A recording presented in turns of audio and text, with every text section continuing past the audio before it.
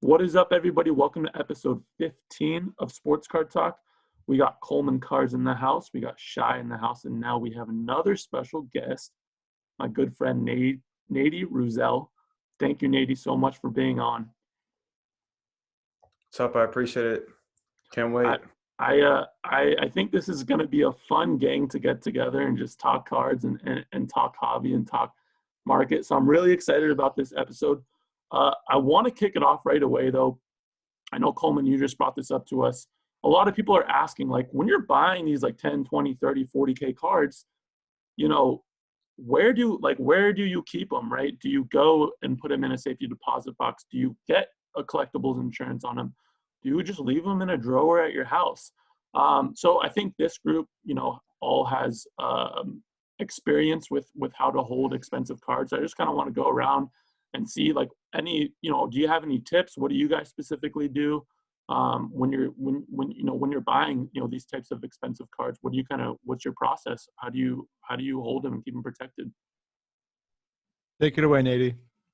Well, for me, I obviously have like collectible insurance. I keep my stuff in a safe.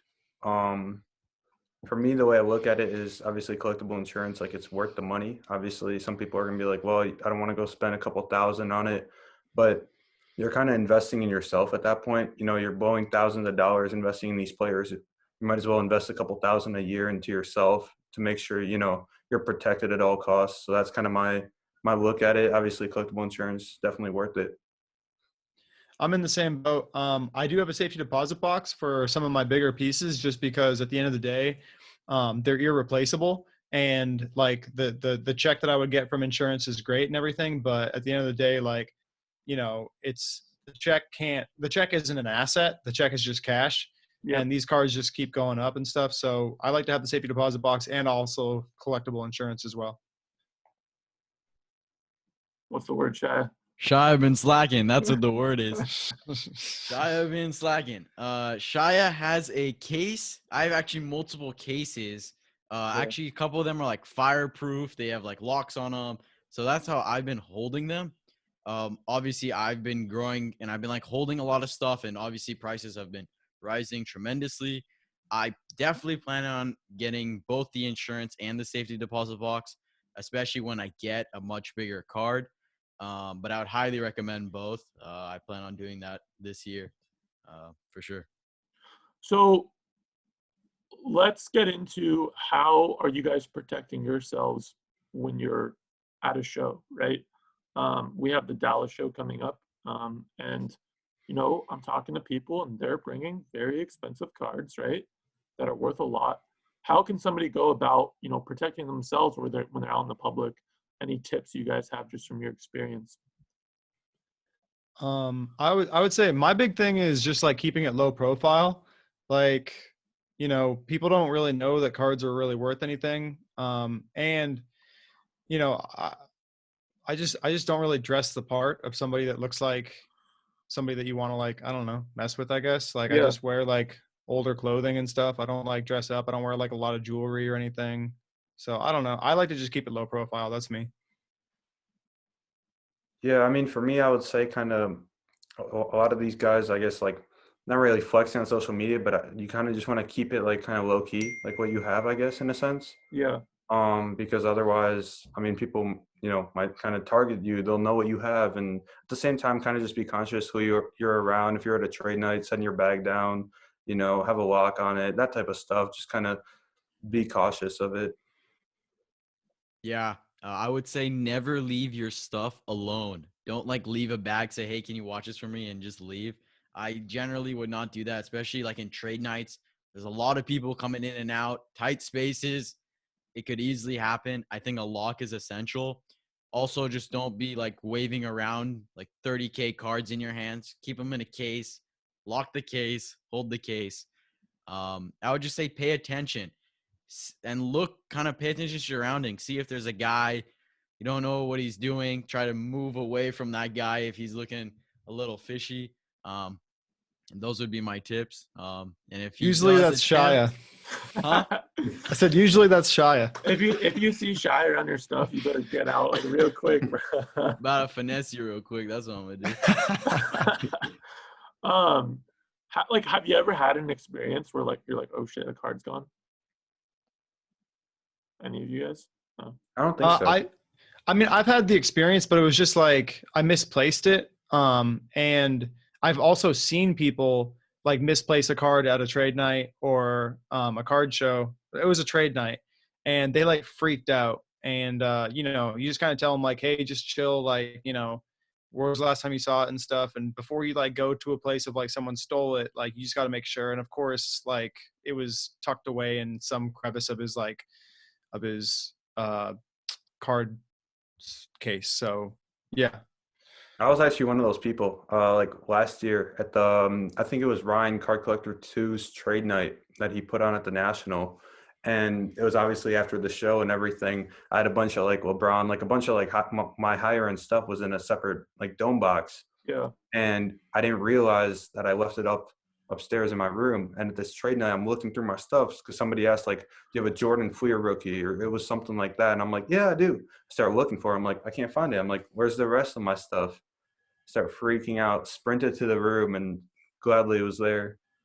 I think one of the beautiful things that I've seen within this industry is that there's so many good people within it where like a lot of the times if you're at a trade night or if you're with a group of people, like, I don't know, sometimes there's like you are comfortable even when you don't realize it, like, oh, I have like 100K worth of cards right there, but I'll turn my back because I'm that comfortable with the people that I know that are there.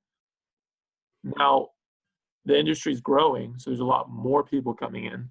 So now I think we're going to get to the point where it's like, yeah, like now that these card prices are just continuing to go up, you know, there's going to be a lot of, I wouldn't say a lot, but you know, you definitely have to be aware of where your cards are and where your stuff is. But I just thought it was always interesting, especially when I first got in it. I was like, damn, that person has whatever, like 100K worth of cards, and they're comfortable leaving it by like 4 or 5 people. Like, I think that's just one of the beauties about the industry. I don't know how you guys kind of feel about that. Well, just to say, I mean, I would say that because of social media and stuff and like how, like, it's really hard to, I don't know. I would just say, you know, there's so much about reputation now, and like everyone kind of knows everybody. And because of the social media aspect, like you guys see what happens if a card does get stolen, it gets posted on Instagram and then immediately reposted and stuff like that. So in my opinion, like it's kind of a dumb idea to like try to rip somebody off like that, because it's going to be really hard to actually sell the card without getting caught. And I mean, there's ways to do it and stuff. It's just you're taking a big risk because these cards are tracked through the certification numbers, through the grading labels, and then also if they're serial numbered too. So I mean, like, yeah.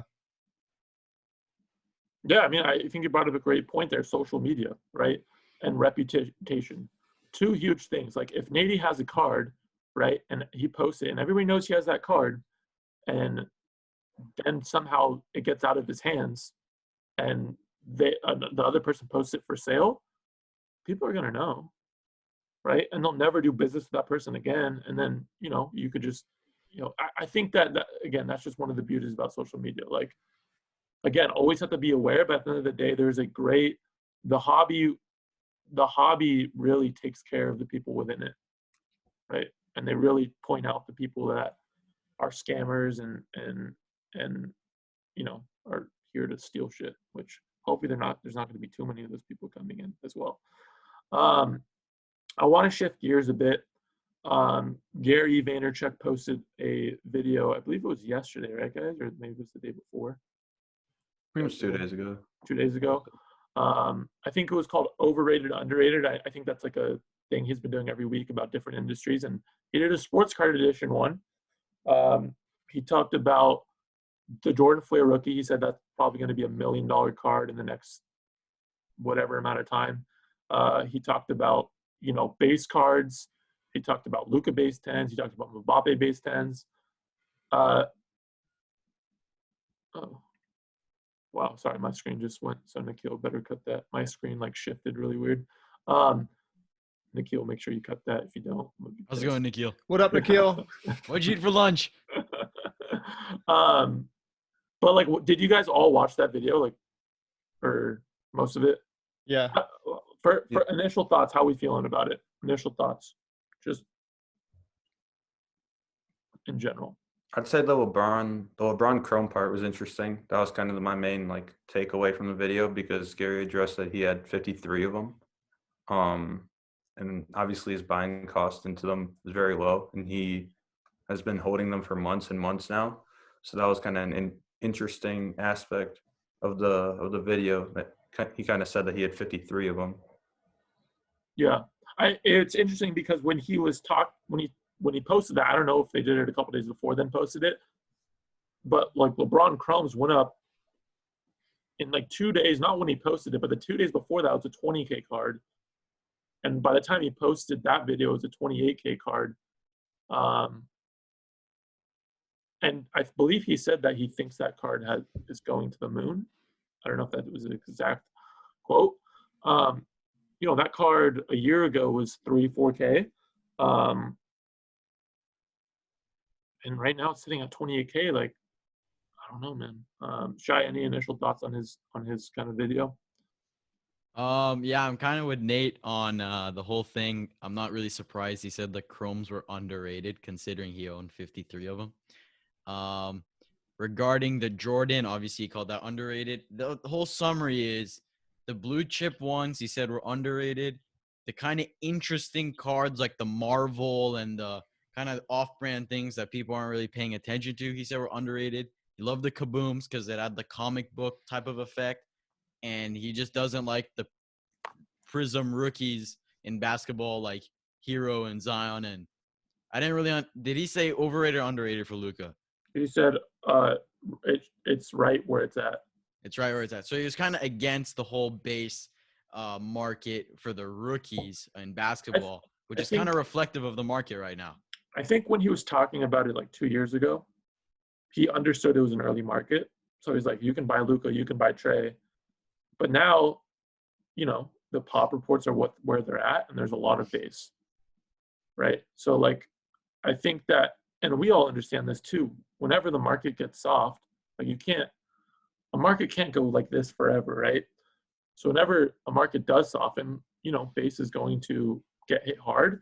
And I think what's happening right now is there's a lot of people just holding and sitting on base, and they're not flipping and turning it and moving it into other things. So I think that's where he was kind of getting his point at, which I totally agree with. Like, I think that's the right thing to say, especially when you have like a lot of followers like that. Well, what about you, Coleman? I found it really interesting. I'm someone who I feel like I'm pretty decent at not getting swayed by people's opinion, just because, everyone's got an opinion on what they think is hot and what they think is not. But like listening to Gary Vee, like I got swept up in that video, just like, oh my gosh, like MJ Fleer is underrated and LeBron Topps Chrome is underrated and this and that. I think that's all the things that all of us here have talked to each other about. Like, we all knew that Jordan Fleer was cheap compared to where the market is and is going right now. Yeah, when Nate stole those two at Melrose. I will get to that. I actually told him this. I told Nate and Coleman the story before we hopped on, but I'm going to tell it soon after this. But like, again, I think it's all things we were talking about. And it's all things we're physically doing. Nate, Shaya, Coleman, me, we're all using our base and we're moving it into other things and making our money and then putting it into whatever we think is the buy, right? The higher end stuff, the stuff that we think has a lot of room. I really didn't disagree with much in that. I thought it was all stuff that we all talked about. I know some people didn't like it, but like I think about it like this with Gary. And again, the people that say that, oh, he's trying to pump the market, do you really think a guy that has a crazy amount of money is just trying to make a quick buck off of his own fan base?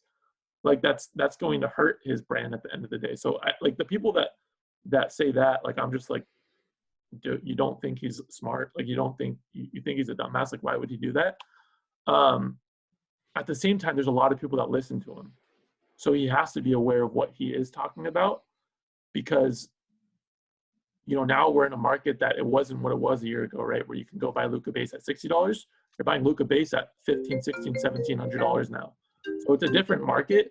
So I think that's where he was also trying to get at too.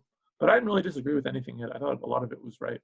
Yeah, I would jump on that and say, yeah, like, I didn't really disagree with it, and I thought it was entertaining. And honestly, like, you listen to him, and like, it's well, I mean, he's pretty right on, like, Yeah, and he's clearly got, he's clearly knowledgeable. he's doing his And homework. yeah, and well, he's been doing cards too since he was a kid. Yeah, like it's not Like, like, again, people think he's just getting in this market. no, He's been doing cards more than we've all been in the game for, pretty much. yeah, Right? and it's not his fault that he makes a video about like overrated, underrated sports cards edition, and all of a sudden like people listen to that and go and buy a card, and then the card shoots up and rockets in price. Like, it's not his fault. Like, especially because he's not cashing in on it. He's not selling his LeBron Topps Chromes. He's not selling his MJs. And like, he talked about the Luka too. He said he owned like over 100 Luka Prism 10s, and was even like, well, like, that's a tough one because what's the pop? 15,000. Okay, so long term, if Luka ends up being what he's going to be, that might not be enough to like satisfy demand. So it could be underrated, but like right now with that population, I'm going to say it's right on, right? Like, so I don't know. I'm kind of trying to figure out what he's trying to do, because I know in the video, if I remember correctly, he said he got all his Lukas under $70, or like at $70 when they were between like 70 and 90. I remember that time. I think it was like when he won Rookie of the Year, basically. But if he's not selling at these prices, is he in it for the collecting aspect? Is he just going to keep holding it? It just doesn't make sense. Again, I think like if he sells it, cool, he makes money. But does he need the money? No. Like, he's like, you know what I mean? Like, I think he's holding 90% of his stuff long term. Like, I think from what I'm seeing, right? Yeah. Because like, think about it this way: if one of us got that popular, right, and we all here love cards, wouldn't we still talk about cards when we're that big, right?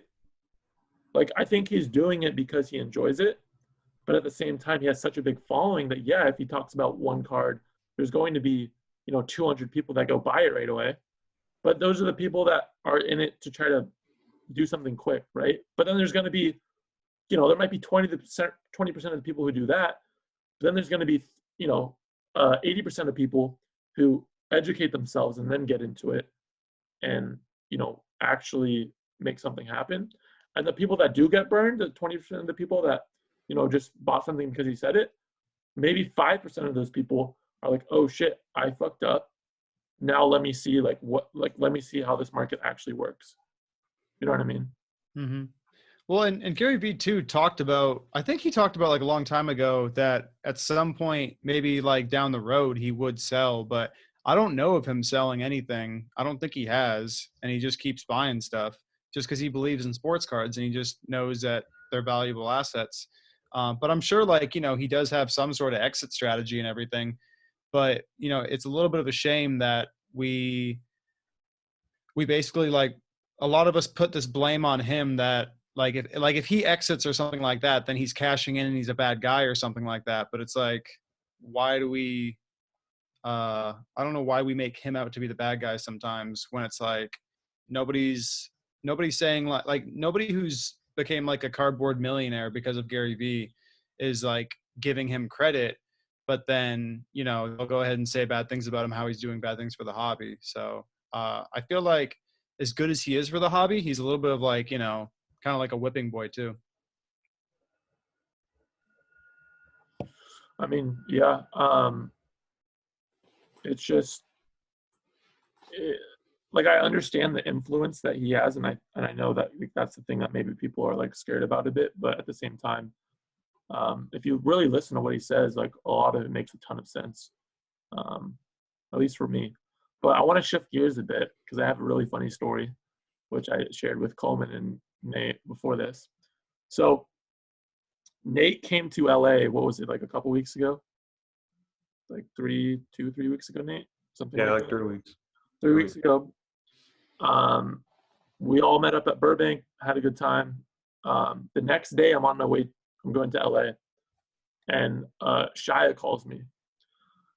And Shaya's like, hey, yo, bro, there's two MJ BGS 9s. at Melrose Sports Cards, which is a new shop that opened up on Melrose. And I was like, and he was like, yeah, like I'm going to try to go there. I don't know if it was that day you're trying to go there, like the day after, whenever you could. And I'm going to try to like make a play for it. I was like, okay, yeah, cool. Cause that's actually right before I closed the deal on the PSA 9. I was like, yeah, cool. Like, I think we were talking about the MJ for a while. And I was like, okay, cool. Chad's going to make a play for that. Cool.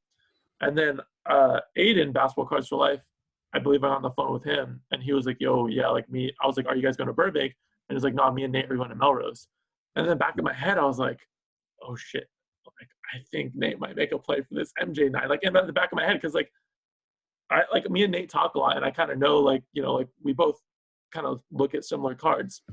And so I didn't think about it. I go to Burbank. I'm, like, doing whatever. And then eventually me, Aiden, and Nate had to meet up.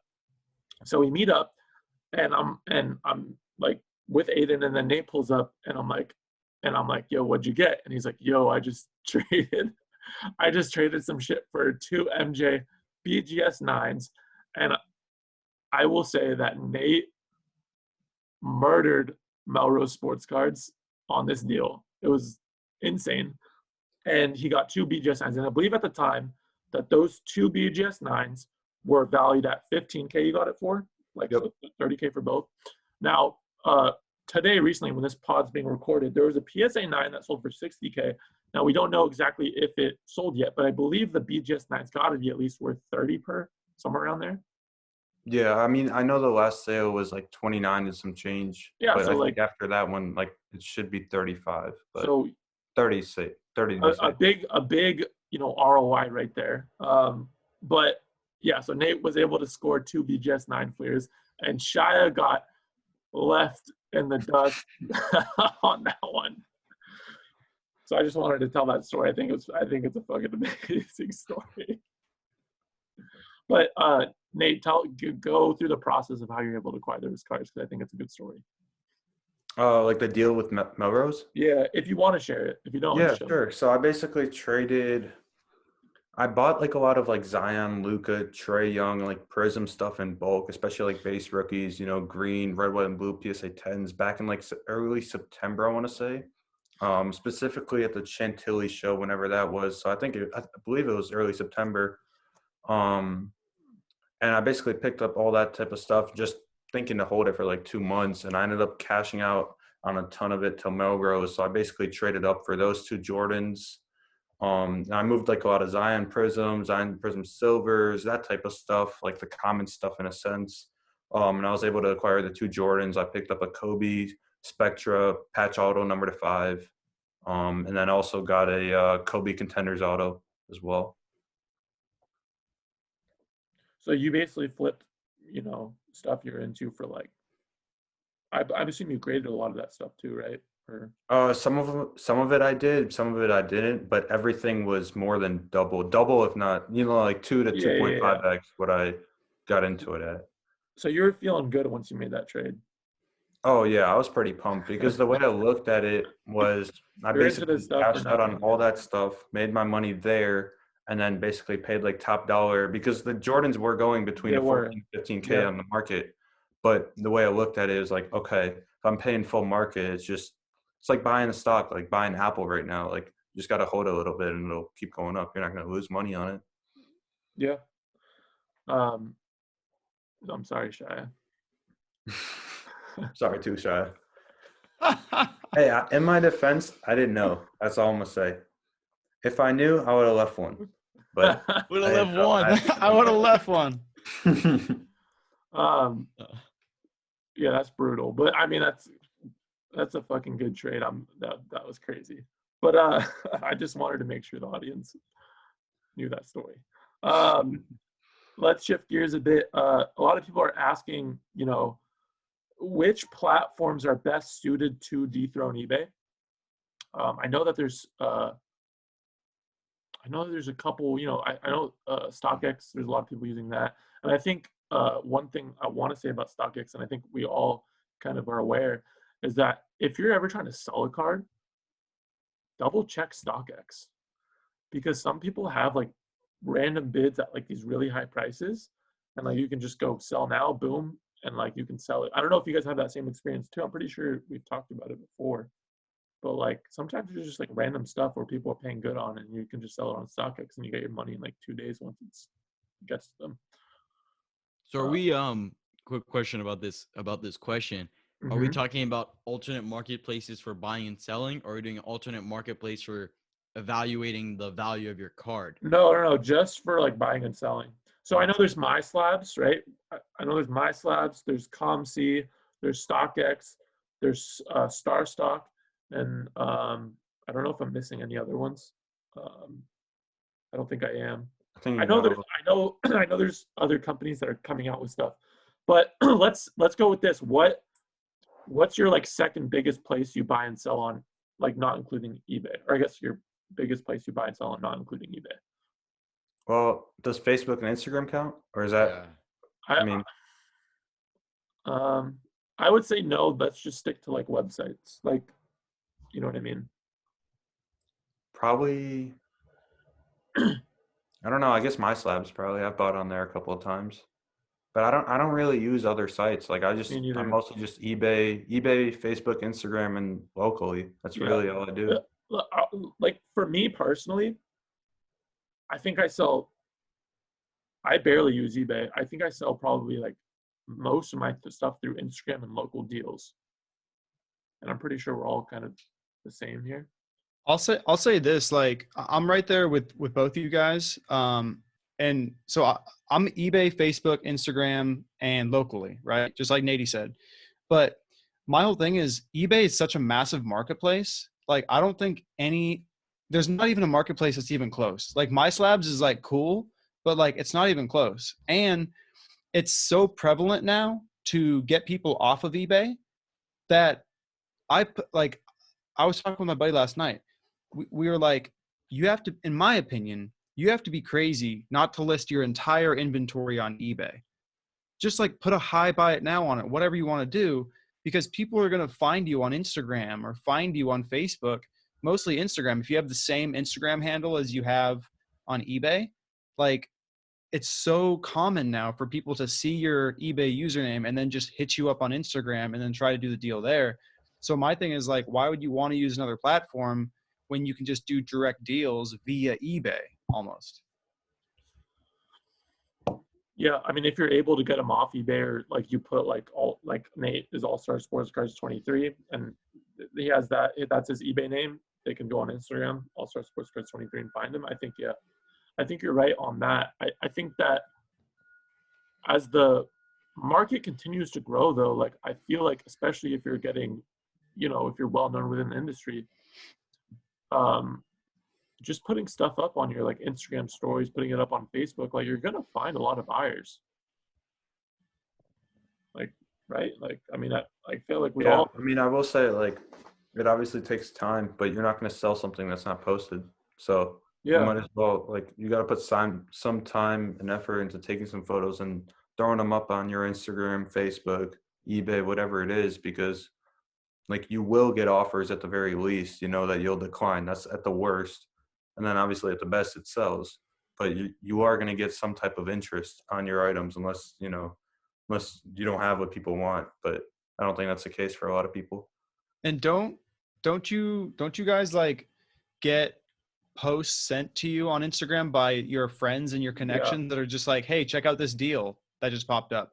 So like when you post on Instagram or Facebook, it's not only the person who sees it, it's whoever they share it with, because they're just like, hey, look, this popped up. Like I know some people that are interested, and then all of a sudden they shoot a DM to you with that post. I buy stuff all the time like that with friends hitting me up saying, hey man, look at this. You interested in it? I'm like, yep. Shaya, sends me all kinds of stuff, and thanks, man. I appreciate that. Actually, I haven't got anything lately from you, man. So you know what? No, yeah, I send Coleman my stuff and then he just shoots it down. I offered him a LeBron Topps Chrome PSA 10, 28K local. He said no. We had a deal. Monster deal right there. You're too big time for me, bro. Okay, I'm getting a lot of this specific question, and I know me and Coleman talked about this before. A lot of people are talking about this BGS 9 and 9.5 cracking vid that I did, and people continue to ask, like, I don't know if Coleman, if you got, or if all you guys are getting these DMs, should I crack this BGS 9 or 9.5? I think I get like 5 or 10 of them a day. And I just want to take this time again, because I've probably done this on another pod, to say that not every BGS 9 and 9.5 is going to be a PSA 10. Like, I don't want people to like crack, like $5,000-$10,000 cards just thinking, oh, they saw one video and now they think it's going to get a PSA 10. Yeah. Now, meanwhile, there is opportunity if you know what you're doing and looking for, but at the same time, like, you can lose a lot of money if you just think, like, by looking at it with your two eyes that, like, and you have no experience whatsoever, that like this card's going to grade better, because you can get burned big time. Yeah, I want to. Oh, go for it. Go for it. I want to point this out. Whenever I think I could speak for us as a whole, when we buy BGS 9s, we are already pre-inspecting the card before we purchase said card. We're looking at its centering. We're looking at the back, the corners. You can't really tell surface, but you can tell by the subgrade. So we're not just buying any BGS 9. We're buying ones that have nice subgrades. A lot of them are 0.5 off. That's one big thing. Another is cracking is dangerous. It is dangerous. You can If nick you an don't eye, know bro. if you don't know how to crack, you could easily mess up your card. And even me personally, I crack and then sometimes it doesn't crack right and then it gets messy. And I've cracked many cards. So you got to be careful with these things. It's definitely not a surefire thing, but I love cracking just to an extent. I was going to say with that I do it with cards that I know really well. And, I know Natey knows MJ Fleers really well. And I don't want Natey to get his in his DM box like full of messages about questions about MJ Fleer. But Nate, like, would you talk a little bit about your experience with that card and like how many copies you've owned and what you look for and stuff like that? Just because that's a card that somebody might look at and say like, oh, okay, well, every PSA 8 is the same, right? And, because of your knowledge on subgrades and just how many sheer copies of that card you've owned, you have an experience with that card that nobody else really has. And therefore, that market really well, that card really well, and you could probably make a living just off of that card, Yeah, so for me, like, I've just owned, like Coleman said, like, just a ton of a lot of it is kind of PSA 5 through PSA 8. But with BGS, you got the subgrades. That's the main thing with it. And from what I noticed is there's a lot of BGS MJs out there that the subgrades are like undervalued to an extent. Not necessarily meaning you can cross it over to PSA, but in the sense of that you could bump it with BGS. And I think I've only cracked out maybe like 1 or 2 MJ Fleers and trying to like regrade it. But I have bumped like multiple ones that are like not really 0.5 away, but it would be like a BGS 8 that if I bump one subgrade from like an 8 to an 8.5, then it becomes 0.5 away, and it makes, a big difference, $2,000 difference. So I will say, obviously, you want to look for centering, and the more you kind of look at them, you'll notice subgrades between like 5 through 8. You'll notice which ones are undervalued based on the card's condition. Yeah, and so, like, I'm glad Natey talked about that, just because, like, with cracking cards and stuff, it's not just like, oh yeah, I have this card, it's the only copy I've ever owned, it's a BGS 9, like maybe I should try to get it to, crack it and send it to PSA, and maybe it gets a 10 or something. It's like, the people that are doing this and stuff, they've owned a lot of copies of that card more than likely, and they know how that card grades, they know all the characteristics about it, and so therefore they take advantage when they see an opportunity. It's not as simple as just like you were saying, Sasha, every BGS 9 is worth cracking. Yeah, I mean, I will say that the 2 MJs I got from Melrose, I scanned those over pretty well, and they're not going to be a PSA 9. Obviously not a 10, but they wouldn't cross to a PSA 9, in my opinion. Maybe, of course, there's always a chance, but I don't think they will. So there's that. Even BGS 9s won't cross to a PSA. I know another card is the Jeter foils. A BGS 9 will like almost never cross to a PSA 9. And there's a reason for that. There's a reason why there's a difference in the market. It's because of that. I want to talk a little bit more about Jordan. I don't. Do you think that, because again, there's more demand with PSA right now, with PSA 9s to BGS 9s. And specifically, when you just talk about the market, PSA 9s are currently right now, the margin is widening between the BGS 9 and PSA 9. Do you guys think with these higher end cards, Jordan Flair, maybe like, I don't know, like other higher end cards for the BGS 9 to PSA 9, do you think the gap is going to kind of continue to widen, or do you think it's going to close in because there's going to be so much demand for the card? It just depends card to card, I would say. So let's say Jordan Flair. Jordan Flair, okay. I would lean towards, honestly, it remaining the way it is, just because that demand for PSA is always going to be there and it's only growing. But as it grows and the gap widens, it'll be like cycles, right? Like I feel like it'll go like kind of like in cycles where the gap might widen, but then people see the gap and they say, oh, the BGS 9's cheaper. So then that catches up too. That'd be my guess. Now, I know you guys probably, Nate, you probably know this too. Like, doesn't BGS grade the Jordans a little bit easier, or am I wrong on that? Yeah, I would say so. I mean, PSA is stricter, so yes. So do you think that, do you think that's why there's like, because like when I was buying my PSA 9, I was like, why are BGS 9s like 12K? Like, and I'm going to pay like 30K for a PSA 9. I was like, that doesn't make sense in my head.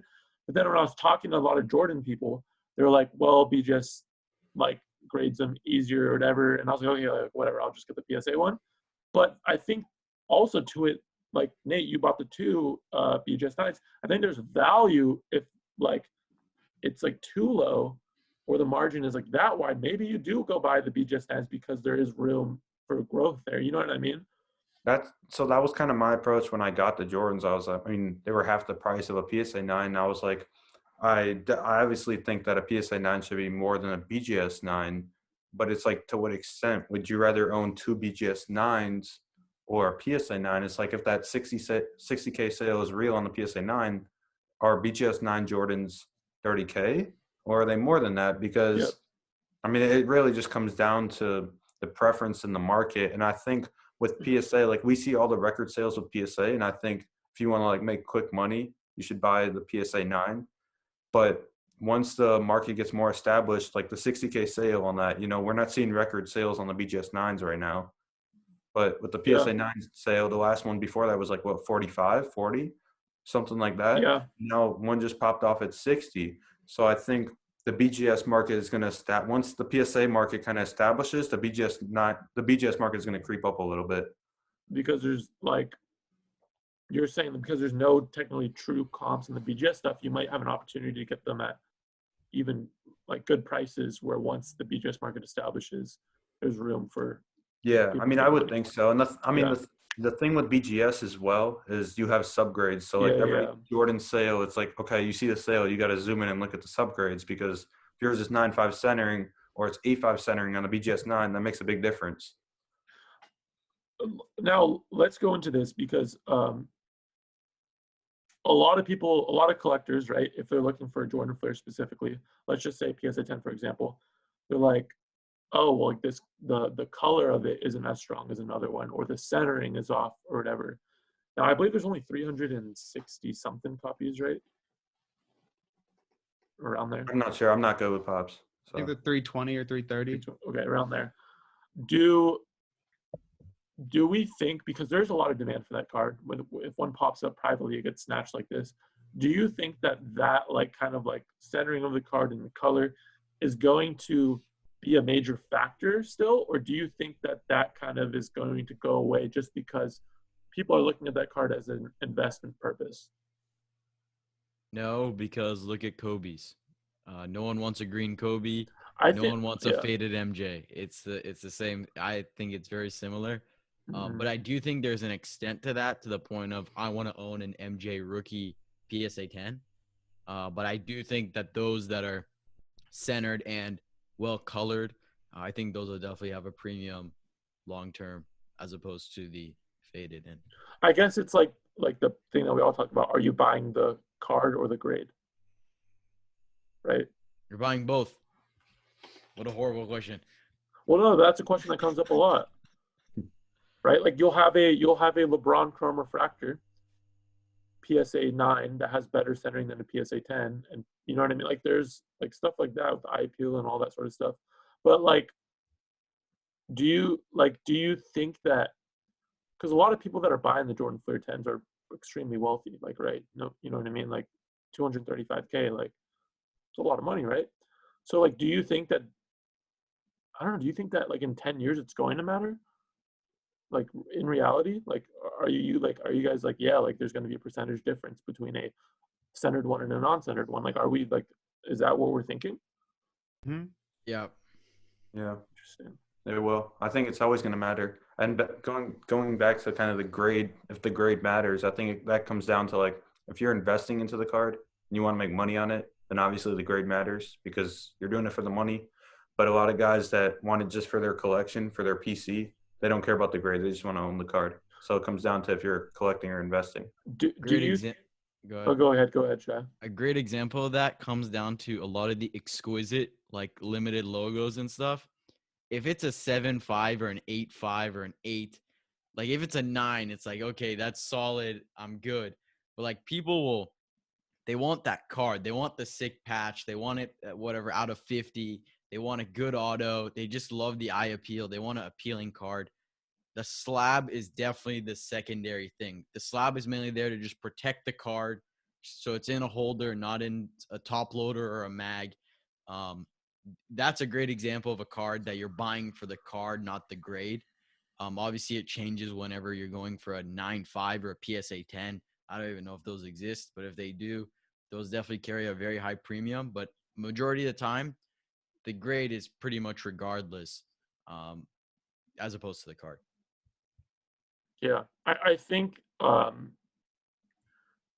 that like there's a lot of money coming into these high-end cards. Like I just always think about it. I'm like, is the centering gonna matter so much? Like, or are people just trying to like get this card because they're thinking like in 10 years they're gonna have no shot to get it. So like that's always in the back of my mind. I don't know. I just think about that a lot because like I feel like a lot of people who are buying the card again are looking at it from an investor aspect and maybe they don't even know. They're just like, oh yeah, the price of it, you know, MJ Flair 10's whatever it is, 200. Okay, somebody go find me one. Like, you know what I mean? They usually have somebody that knows at least some hobby knowledge though that is consulting them on it a little bit, you know. So I mean, I would imagine at least like if I was dropping that money no matter what, I'd still want to be talking to somebody who is an intermediary who can give me an honest opinion of what I'm doing and stuff. So speaking of the PSA 10 though, Natey, I know you had a shot at one in June in Dallas. How do you feel about that? And have you had a shot at one since? And yeah, can you talk about that? Yeah, so I passed up on one in Dallas in June. I offered 60K on it, but seller was firm at 65 and I didn't pull the trigger on it. I didn't get it. And obviously now it's 4 times that. So obviously I regret my decisions with it, and I honestly probably would have kept it if I bought it. I would have kept holding it. But I have gotten multiple chances at them before they crossed 150, but I haven't really, I haven't seen any really for sale after they, went over 150. Crazy. I mean, I feel like all of us are going to have stories like that where like a market grows so much. We're like, fuck, if I just would have bought this card, like I would have been, you know what I mean? Like, it's like a bummer in some aspects, but at the same time, Natey probably did 1,000 other deals that he made great money on.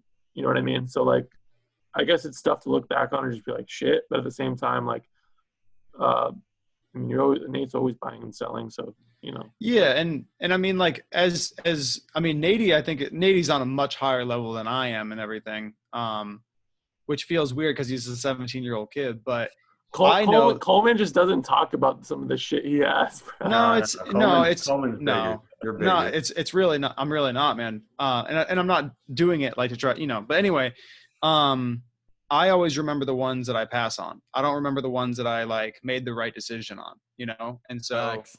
yeah, so it's really it's it's cool to like hear other people's stories and stuff and how they feel about it and everything, because it's like, I know Natey knows so much about MJ Fleer, and I remember at that show, he was really targeting that card and going after it, and he must have gone up to the seller like 5 or 6 times to talk to him about it, and work back and forth in negotiations, and it was so fascinating to watch and just see and everything, and so it's cool to have people talk about that.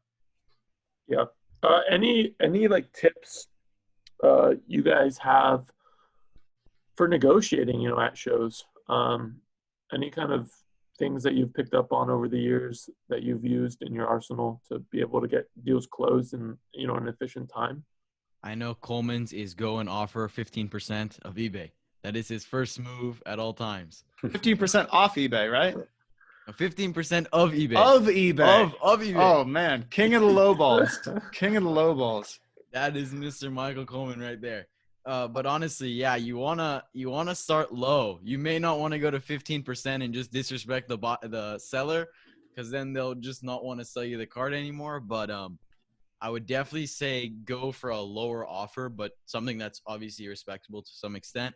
Work your way up, but also you want to be flexible in a way, and you don't want to kind of be stern with them. You want to hold the conversation. You don't like there's a fine line between strictly business and then just like having a conversation. There needs to be a balance between the two.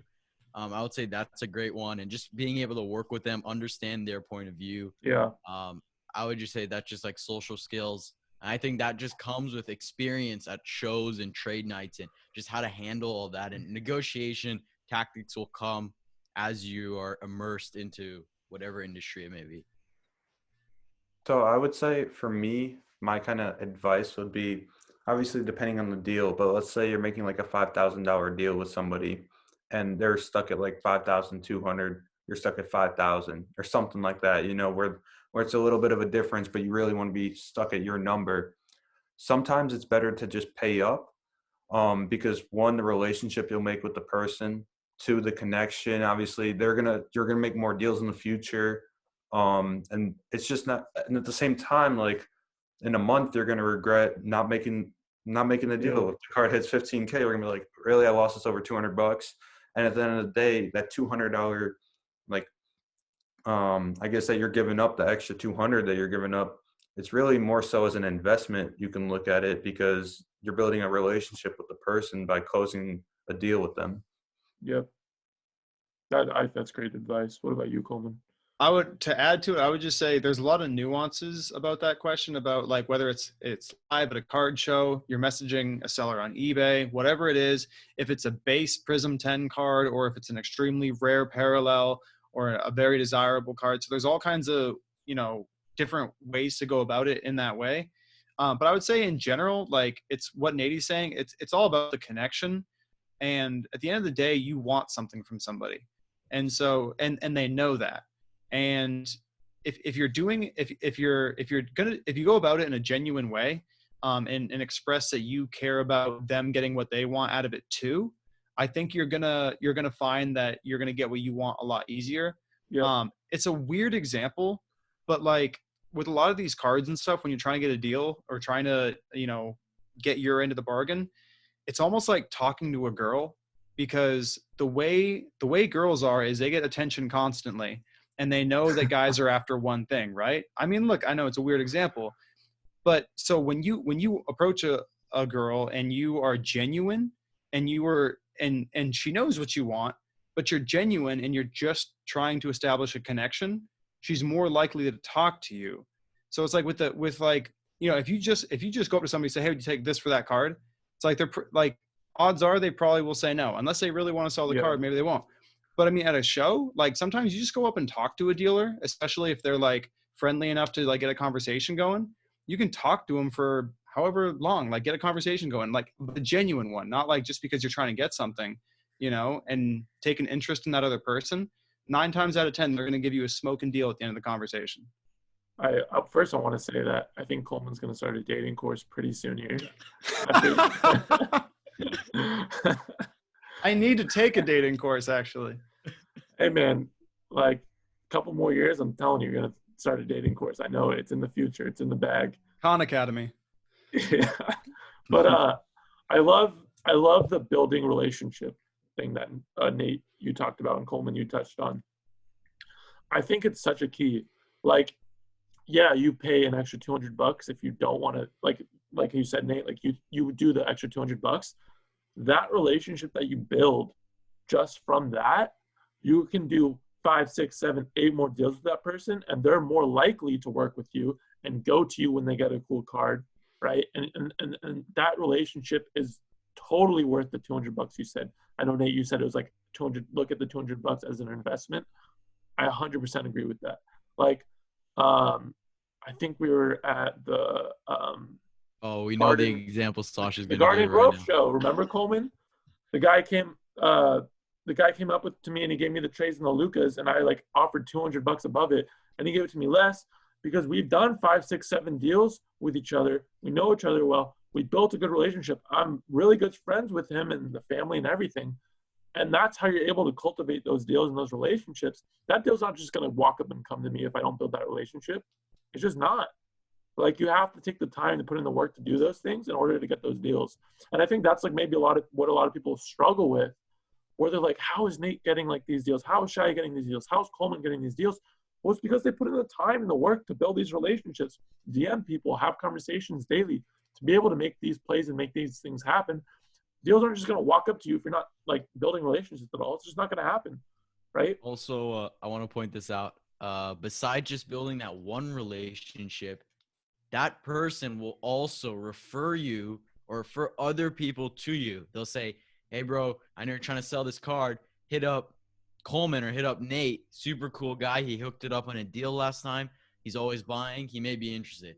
And then you'll be able to have another deal and possibly, and if you make that deal, you have more referrals. So it's just this spiraling effect that I just think is so necessary in the card game, is connections, the people that you speak with, and also advice. Things in the card game aren't always clear cut. You need to go to people. I go to people all the time before making a big decision. I've done it the past couple days, couple months, couple weeks. I always talk to, especially you three. I talk to all of them. I think that's a big thing. And obviously, don't be afraid to ask for advice. You just got to do it. Drops the mic. I ask Shaya for dating advice all the time, actually. Breaking news here on Sports Card Talk. A LeBron James Bowman Chrome, number 123 PSA 10, just sold for $9,500.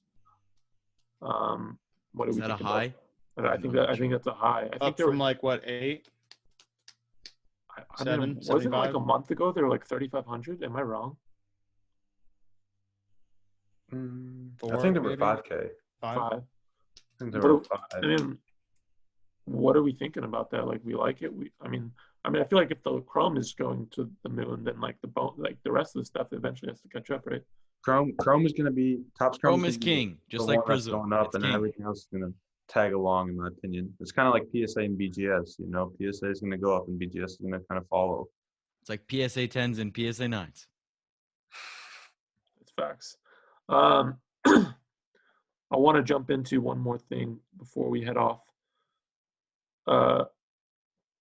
Kobe cards. I know we're in a group chat. I believe at least three of us, the famous group chat that has to be kept low key. There's always a lot of talk about Kobe autos in there. I just wanted to I know, Nate, you are always buying a lot of Kobe autos, so I feel like it would be great to get your perspective about what are you looking for in a good Kobe auto? Like, what kind of catches your eye? And what are things that like you look for when you're trying to buy one? Maybe that like in your head you're like, oh, I don't want to get that one. Like, what are just things you look for that you like about them? So for me, Kobe autos, I like Kobe autos better than Kobe rookies because obviously Kobe's not going to sign anymore. So and the demand for them just keeps growing and growing. So for me, it's all about eye perspective, and the better the auto, like I just look for like clean autos. I don't want like smudged autos. I want like a nice patch. I'm a sucker for like on-card patch autos. Stickers, I think Panini right now has thousands of Kobe stickers and they're just sitting on them. So I'm not really touching stickers unless it's like I can quick flip it. Yeah. But long-term wise, I'm really buying like patch autos. Like this is one that I picked up. Big fan of this one. That's fire. That was from Aiden's uncle, right? Or am I It wrong? was, yeah, last Dallas show. I was able to get that one from him. Nice.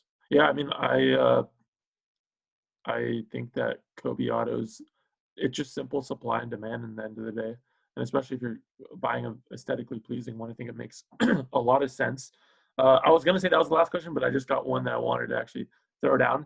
Who's in your top 5?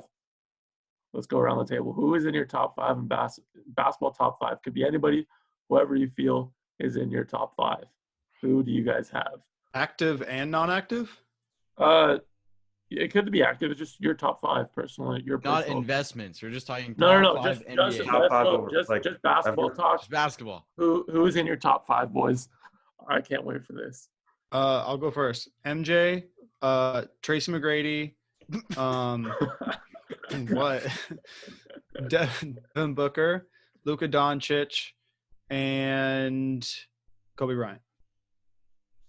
Wait, I'm confused. Are we doing like our top 5 favorites or like top 5 like So we're overall? doing all-time top 5 best.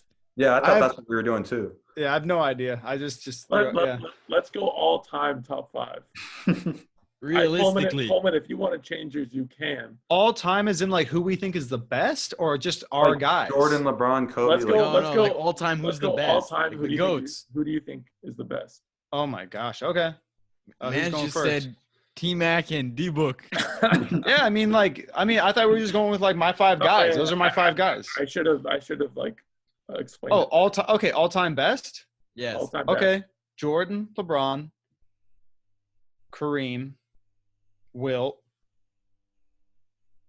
Russell. I just have to point out that Coleman didn't say Kobe in the top 5. Oh I just my feel like God, it's- that's disrespectful. Look at Sasha's Why? reaction right Why there. is that? Pure disappointment. Why is that a bad thing? That's brutal, man. Kobe 6. Oh my God! Don't tell me no 6, man. Oh man, that hurts. Nate, God, what is it? I'm thinking my 4 and 5 are kind of interchangeable right now. Gun to your head. Let's see. All right, Jordan is number 1. That's a lock. I kind of go between 2 and 3 with LeBron and Kobe, and I'm probably going to get a lot of hate for this, but probably honestly to me, I think Kobe over LeBron. I'm just not a big LeBron guy. I love it. I fucking love it. But I'm going Jordan, Kobe, LeBron, and then the other 2 I'm kind of thinking of right now. Probably Magic is up there. Wilt is up there. Man. Yeah, I guess let's go probably Magic and then Wilt, or the other way around. Gotcha. I guess Kareem is in that rotation as well too. Yeah, that's not a bad top 5 either. What about you, Shaya? I'm very similar. I'm at MJ at 1, Kobe at 2, Bron at 3, Magic at 4, and Kareem at 5. I like it. Love it. I You got young kids in your Kobe. I got Kobe. Man, you just said D-Book. I got Kobe. Yeah, like T-Mac. for my favorite players, not for like who I think is the best. Yeah. Even Booker at 2. Josh is Oh, gonna say Kobe, I got D-Load, yeah. Julius Randle. Sarunas Jasikevičius. I will go Kobe 1. I will go Jordan 2. Kobe 1. I would go Kareem 3. I would go Magic 4. Wow. And I would go LeBron 5. Wow. It's an interesting one. This was just a mess. I am ready for the comments on that one. Yeah. Yeah, that's Along with I'm ready for the Mr. comments Coleman's on- first one. I think you'll find that everyone over 30 will agree with me. Everyone under 30 will not agree with me. Look, Kobe's the GOAT. Says who? Says me. Kobe is the Obviously. GOAT. We gotta see who got the most accurate list out of us four in the comments. Can't wait. If this platform continues to grow, I will be using it to continue to grow the Kobe is the GOAT Awareness. I will be on First Take one day, and I will be throwing it down with Stephen A. Smith, and I'll write essays and everything about why Kobe's the GOAT. I can't wait to hear him yelling. I can't wait either, and I'll have my Kobe autos with me. I'll have my Kobe refractor, and I'll just be fucking throwing it down, dude.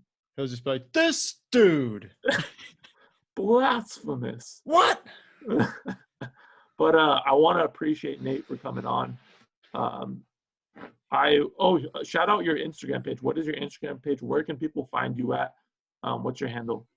So my Instagram it's a long one, so brace yourself. all_star_sports_cards_23. Basically, all-star sports cards 23 with underscores, in between every word. And you're on Instagram, you're on Facebook. And I'm on Facebook, Natey Ruzell, NATEY RUZELL. And on Tinder. All-star cards 23. And on Instagram. Okay, so guys, if you guys want to connect with Nate, make sure you follow him on Instagram. Make sure you follow him on Facebook. You definitely will see Nate at shows all across the country. He's always flying and buying and selling. You guys also will see all three of us. I believe Shaya will still be in LA, but me, Coleman, and Nate will all be at the Dallas show coming up. So if you guys want to talk to us or whatever, just come and say hi, unless we're in a deal. If we're in a deal, feel like, then don't come up until the deal's closed. I will also, real quick, shout out Coleman and I will be set up pretty much together. Yeah.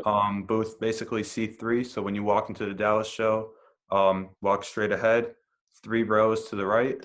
You'll find us there, and I'm sure Sasha is going to be within our booth area for a lot of the time being. So definitely catch us there. Yep, 100%. Guys, if you're listening on Spotify, make sure to follow us on there. If you are watching on YouTube, you got to hit that subscribe button. Number one, come on now. Doesn't make sense if you don't. You got to hit the like button, and you got to comment below who you agreed, disagreed with. I think we're going to get a lot of comments about our all-time top 5s. Again, Kobe's the GOAT. I'm going to spread that propaganda. And make sure you ask any questions you want for the next episode. So I'll see you guys later. I appreciate everybody coming on. See you in Dallas, Natey. Peace. I'll see you guys there.